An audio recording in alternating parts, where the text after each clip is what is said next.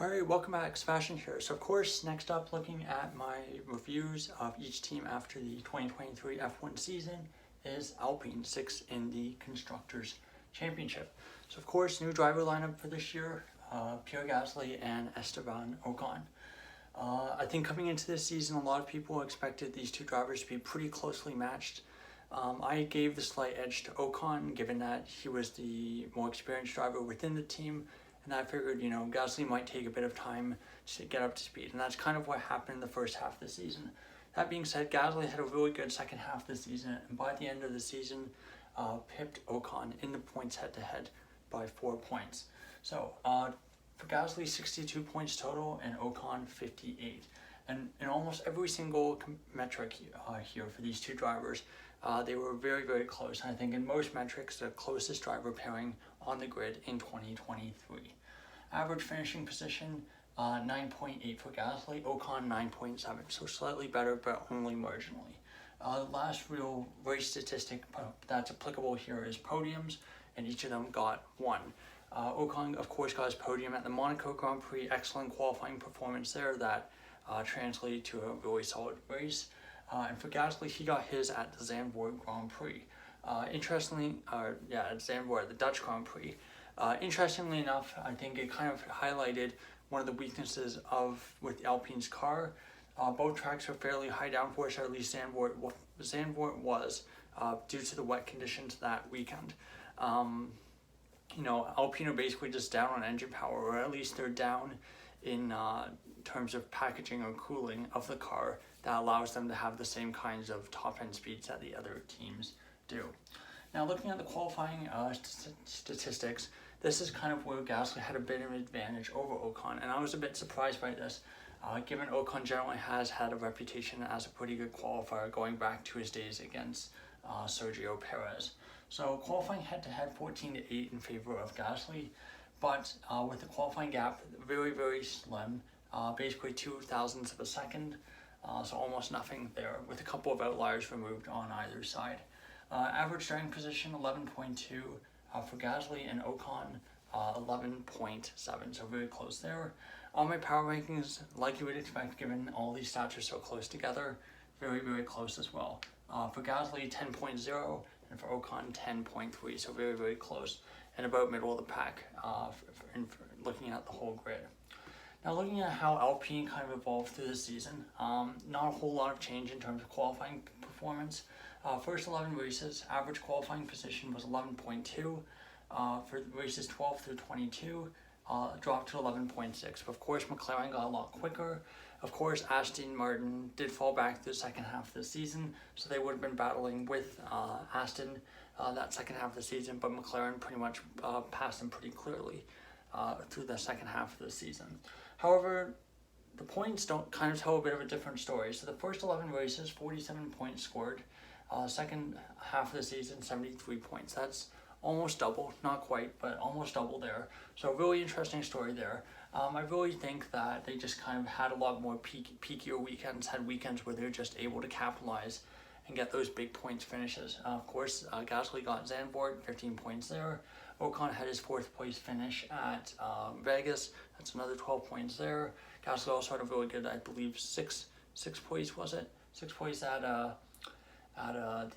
U.S. Grand Prix in Coda, so that's another 8 points there. So they just had, I think, more races where they were just able to capitalize and get really good points finishes. Whereas in the first half of the season, outside of Ocon's podium, they were basically locked into like 8th, 9th, 10th place. Looking at Alpine over the last 4 seasons, moving on then, very, very consistent. And this has kind of been a running theme, a running joke with Alpine, is that for a works team, there's generally higher expectations, and they've just been incredibly mediocre. Although I guess mediocre is a bit of a harsh way to put it, but they've been good, but never great. 2020, of course, 181 points, 5th in the Constructors, average pole gap 1.197 seconds, which is honestly not too bad. And I remember they were really in the fight with Racing Point and McLaren that year, but unfortunately just kind of lost out, and they were a bit down on the other two teams that year. 2021, they kind of fall backwards in terms of points, 155 points, so it's about 25 points less. Stay 5th in the Constructors. They of course jumped ahead of Racing Point, what would then become Aston Martin, but were leapfrogged by Ferrari, who kind of recovered from their horrific 2020 season. Average pole gap 1.2 seconds, basically identical, which, given that this was the last year of regulations and with almost every other team that I've looked at, the average pole gap has gone down. The fact that I basically flatlined was definitely not a great sign. 2022, first year of the new regulations, they had a pretty good start, 173 points, fourth in the constructors. Average pole gap 1.27 seconds, which is honestly not terrible, especially compared to the other cars around them on the grid. 2023 though, they definitely took a step back in terms of relative position in the pecking order. 120 points, which is definitely the lowest of these 4 years. I believe, I don't know off the top of my head, but I think that's probably going to be comparative with the total from 2019. Of course, they were kind of a bit off McLaren's pace, and of course, you still had the really dominant top three back then.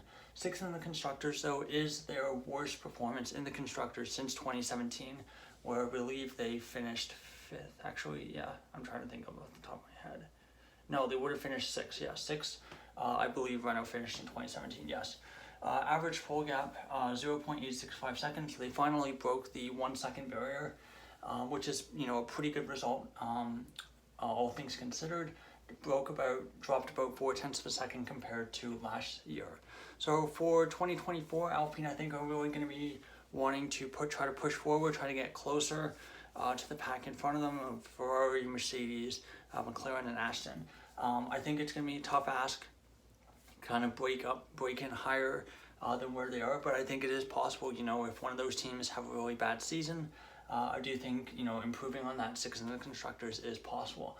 Of course, they're going to have to be careful of the teams behind them as well.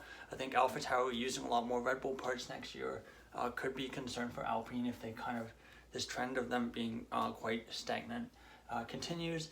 Williams had a massive jump forward compared to last year, so it's possible they could make another leap forward, and if they did, I think they would be competitive with the Alpine next year. That being said, of course, because of the law, because of diminishing returns, those kinds of gains are harder the closer to the front of the field you get. But for Alpine, I think they're basically going to be going for more of the same next year, trying to be in the midfield fight. I don't really have expectations for them to fight at the front. I think they're just kind of going to be in the kind of league of their own, and we'll see where everyone else lands. If some of the front teams have a poor winter, poor development, or if some of the teams further back make big leaps forward. But this has been all for my review of Alpine. Thank you so much for watching, and goodbye.